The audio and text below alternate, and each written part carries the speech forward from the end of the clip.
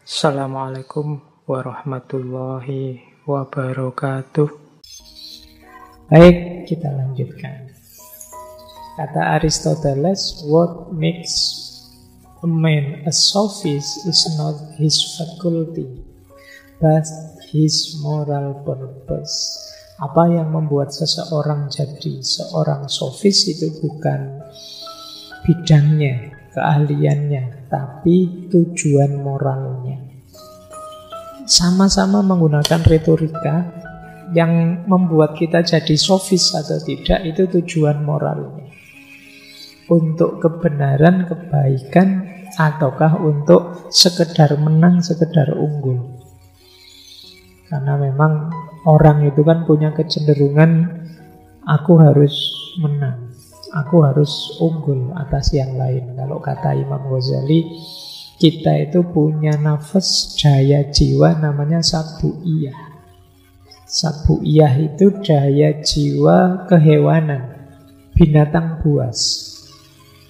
Jadi sibak itu binatang buas. Cirinya apa? Binatang buas itu agresif, ingin mengalahkan yang lain, ingin menaklukkan yang lain. Semua orang, disadari atau tidak, punya kecenderungan, aku harus lebih unggul, aku harus lebih baik, aku harus menang atas yang lain. Nah, ini kalau tidak hati-hati, ya seperti orang sofis tadi, melupakan kebenaran, hanya fokus pada kemenangan. Menang boleh, unggul boleh. Manusiawi dalam hidup itu memang secara tidak sadar ada proses kompetitif. Tapi pastikan kalian tidak keluar dari rute kebenaran. Kalau tidak, ya seperti kata Aristoteles ini, kalian jatuhnya justru pada sofisme. Karena tujuan moralnya jelek. Nah, definisinya apa? Kemudian retorika, nanti kalian cek bukunya ya. Ya secara umum orang mendefinisikan retorika itu the art of persuasion, seni persuasi. Mungkin diterjemahkan di bahasa Indonesia, persuasi itu semacam membujuk. Jadi membuat orang ikut kita, percaya pada kita, apa yang kita sampaikan. Itu namanya the art of persuasion. Makanya kemudian retorika didefinisikan oleh Aristoteles sebagai kemampuan menemukan alat-alat persuasi yang tersedia pada setiap keadaan yang dihadapi. Jadi orang retorikanya tinggi itu berarti apa? Orang yang pintar menemukan alat persuasi yang tepat.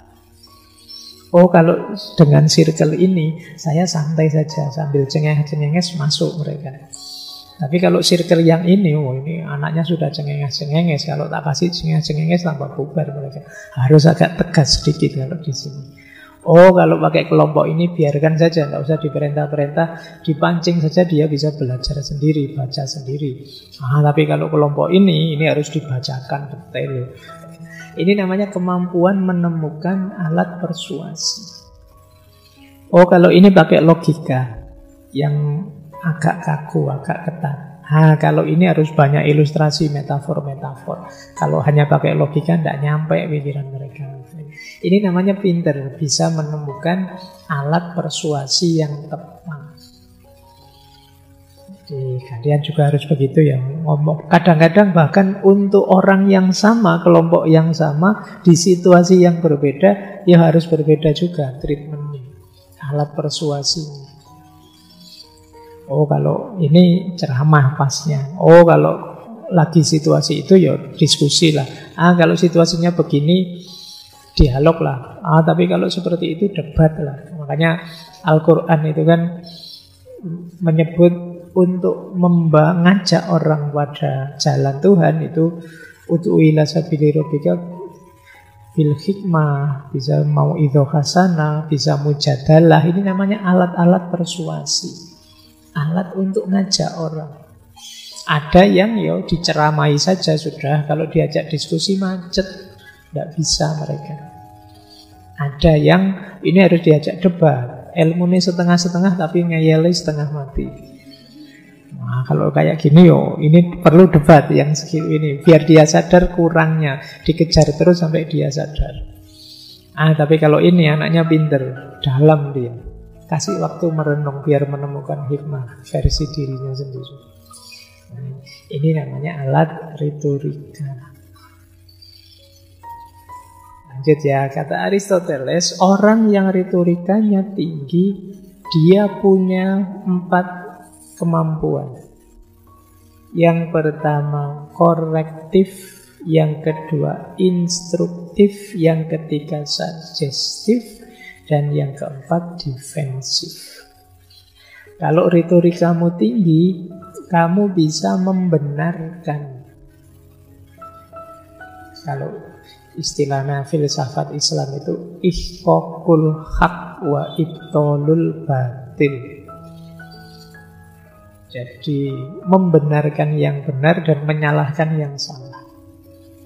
Jadi kalau kalian bisa berretorika dengan baik, kalian bisa membela kebenaran dan juga menyalahkan kesalahan. Kalau tidak, ya sulit. Yang kedua, instruktif. Kalian bisa mendorong orang, menggerakkan orang, memerintah orang, itu instruktif. Kalau sugestif itu menggerakkan, mendorong orang. Saya tidak langsung merintah, tapi kamu tergerak sendiri. Mungkin dengan kalimat-kalimat yang memang menggerakkan. Dan mempertahankan, defensif. Mungkin ada kebenaran yang sedang terancam, diserang, dan lain sebagainya. Kita bisa membela diri dengan kemampuan retorika yang baik. Inilah mengapa Aristoteles nulis khusus membahas tentang retorika. Sebenarnya bukunya 3. Ada buku 1, buku 2, buku 3. Kalau saya tahu yang diterjemahnya itu langsung dijadikan 1. Nah, ini definisinya. Jadi sederhananya biasanya orang mendefinisikan retorika itu the art of persuasion. Seni mempersuasi. Asumsinya retorika 2. Ketika kita bicara, itu kita harus mempertimbangkan 2 hal. Yang pertama audiennya, yang kedua argumennya. Jadi ketika kita ngomong, itu perhatikan 2 hal. Kalian harus sadar benar audiennya siapa.